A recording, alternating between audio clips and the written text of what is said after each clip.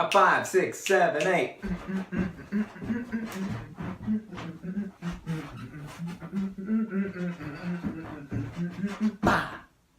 This was the most pointless intro ever.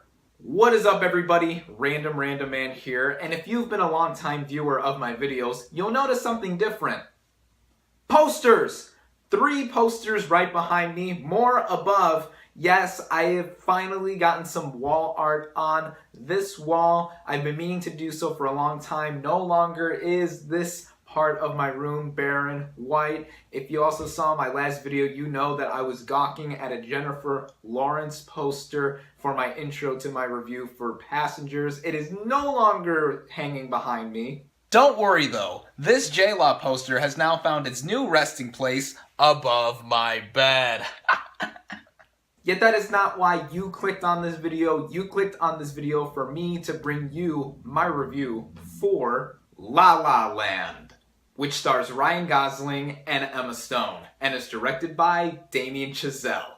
Now the plot basically follows Mia, played by Emma Stone, a barista who longs to be a big name performer, just like the actors and actresses she serves lattes to in between shooting on the Warner Brothers lot in Los Angeles, California. The film also follows Sebastian, played by Ryan Gosling, a dedicated jazz musician who one day hopes to open up his very own jazz club. Mia and Sebastian soon meet, and they continue to make their dreams come true while falling in love. Going into this movie, I was super excited, not only because of the 2 leads involved with this film, but because of its writer/director, Damien Chazelle, who previously directed Whiplash, one of my absolute favorite movies of 2014, of this decade thus far. Such a phenomenal independent film, blew me away when I first saw it in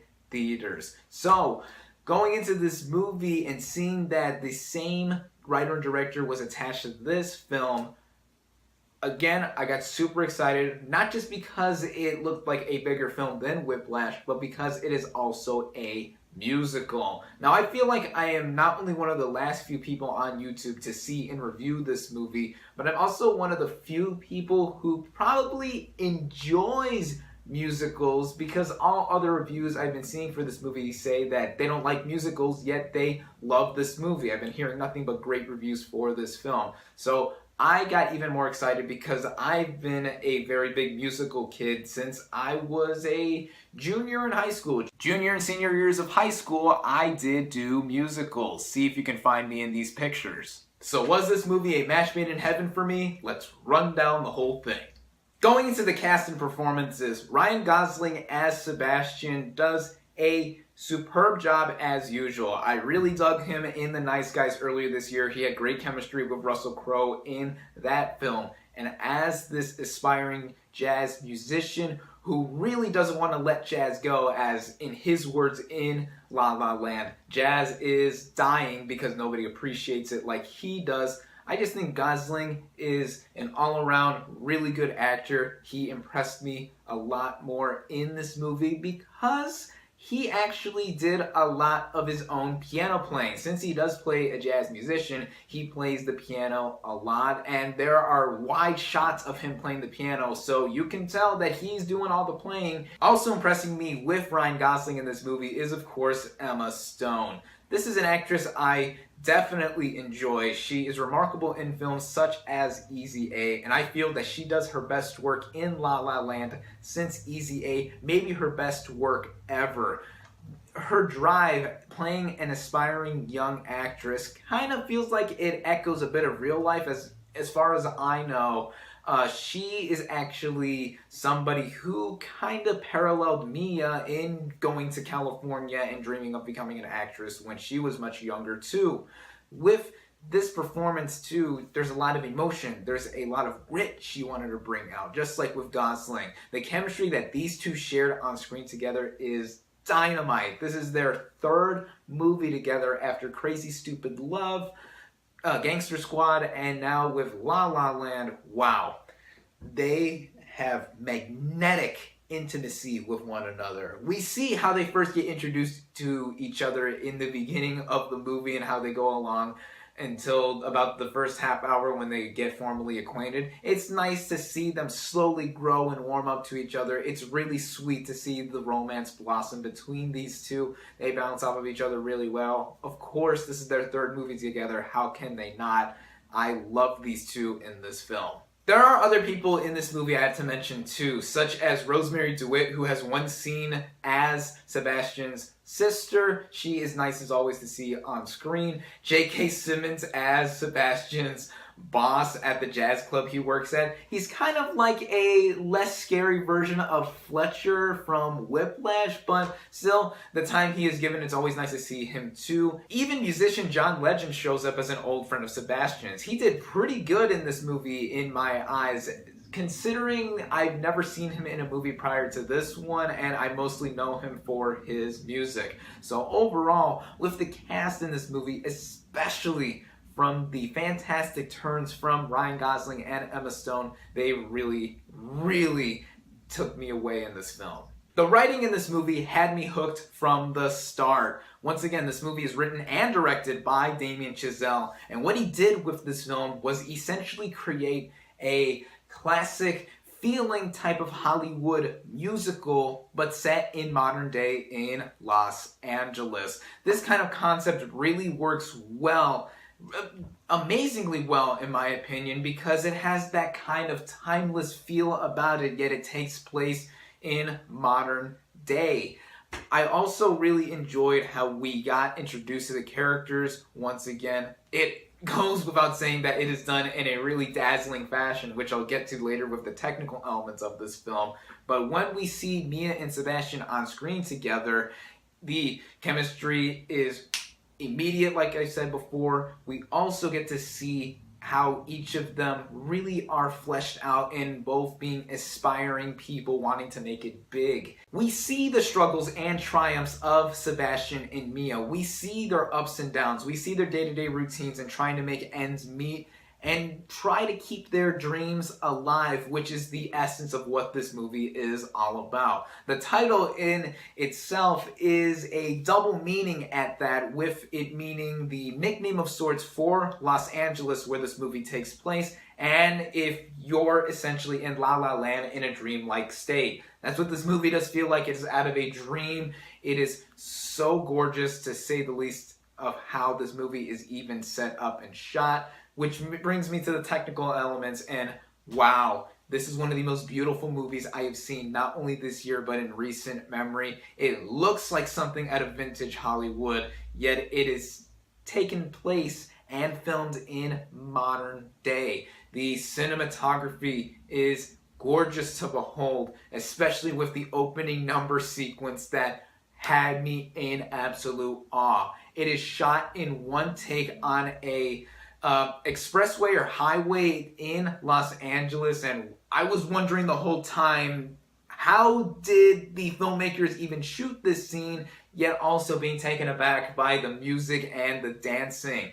The dancing in this movie in particular also really had me captivated, because Emma Stone and Ryan Gosling did have to learn a bit of tap dancing and a bunch of other dances like ballroom dancing for this movie. It looks so impressive on screen, how well rehearsed all of the dance numbers are. They are even great singers in my opinion. The editing and how it meshed together with the cinematography made it all feel seamless, in how each scene transitions from one to another. Again, the production design and how the movie looks, it is so gorgeous. The music, of course, a movie that is a musical, I have to talk about the music. Not only does the editor from Whiplash, Tom Cross, return for La La Land, but the same composer, Justin Hurwitz, returns from Whiplash to compose the music for this film, and wow. I could not stop humming all of the tunes in this movie after I had finished seeing it. To me, they are so memorable. They feel like something out of the old classic era of Hollywood, with musicals such as Singing in the Rain, what have you. The songs, I cannot pick a favorite song in this film. It is way too hard. But there are notable titles such as City of Stars, Someone in the Crowd, Those type of songs really gave me the feels and just had me so warm and fuzzy inside. The original score itself with the classical jazz type of background music is also super magical to listen to. Damien Chazelle definitely directed the shit out of this movie, and knowing that this is yet another movie of his that does have a heavily jazz inspired vibe, it all comes together with a running time of about 2 hours that always was on for me. This movie did add up to an experience I was absolutely loving throughout. Then we get to the ending. No spoilers, but just how it is set up and executed, it felt both bittersweet yet enlightening at the same time. Whiplash had the best ending to a movie I had seen in recent memory in 2014. Best ending of a movie in 2014 for sure. But what La La Land does do is it ends with this utterly magical sequence that had you feeling a little bit empty yet full inside too, with how it is just shot and done. I honestly had no real issues with this movie. Yeah, it can lull a little bit, be slow, can go for a predictable nature at points, but what it does altogether to me, it brought out something that really reinforced why I love movies in the first place. Musicals are my forte personally, and La La Land backs that up as well. My final thoughts on this movie are that it is a magnetically acted, visually beautiful, and utterly magical musical masterpiece. This movie really backs up once again why I love movies, just the experience of getting engrossed into a world of whimsy and just delightful nature. Ryan Gosling and Emma Stone are both simply phenomenal in this movie. The writing and direction from Damien Chazelle backs up that he is one of the best young filmmakers working in Hollywood today. The music, the editing, the cinematography, the production design, the overall look of this movie had me so taken away by what this film had to offer. Once this movie ended, I immediately wanted to go see it again. Do I think it is a better movie than Whiplash? I'd have to see La La Land again to know for sure, because I adore Whiplash as well. For those of you who are fans of musicals just like I am, you will fall in absolute love with this movie for sure, maybe even adore it like I did. For those of you who are not fans of musicals, for those of you who can't stand them in the slightest, I will still implore you to go out and see this movie because you'll get something out of it. If anything, you will be entranced by the lead performances from Ryan Gosling and Emma Stone and the absolute beauty that this movie just presents itself. La La Land is now my favorite movie of 2016. I cannot recommend it more highly enough. My final verdict for La La Land is 5 out of 5 stars.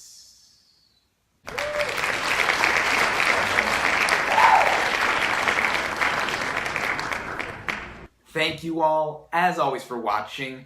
This has been my final movie review for 2016, so you know what's coming next. In my next video, I will be running down my favorite films of 2016. You already know what my number 1 is going to be, as this is quite a film to end 2016 on. Yet, what will my other favorite movies of 2016 be? Stay tuned for that. But for now, be sure to like this video, comment on what you thought of La La Land, subscribe to my channel for more, and I'll catch you on the next movie review.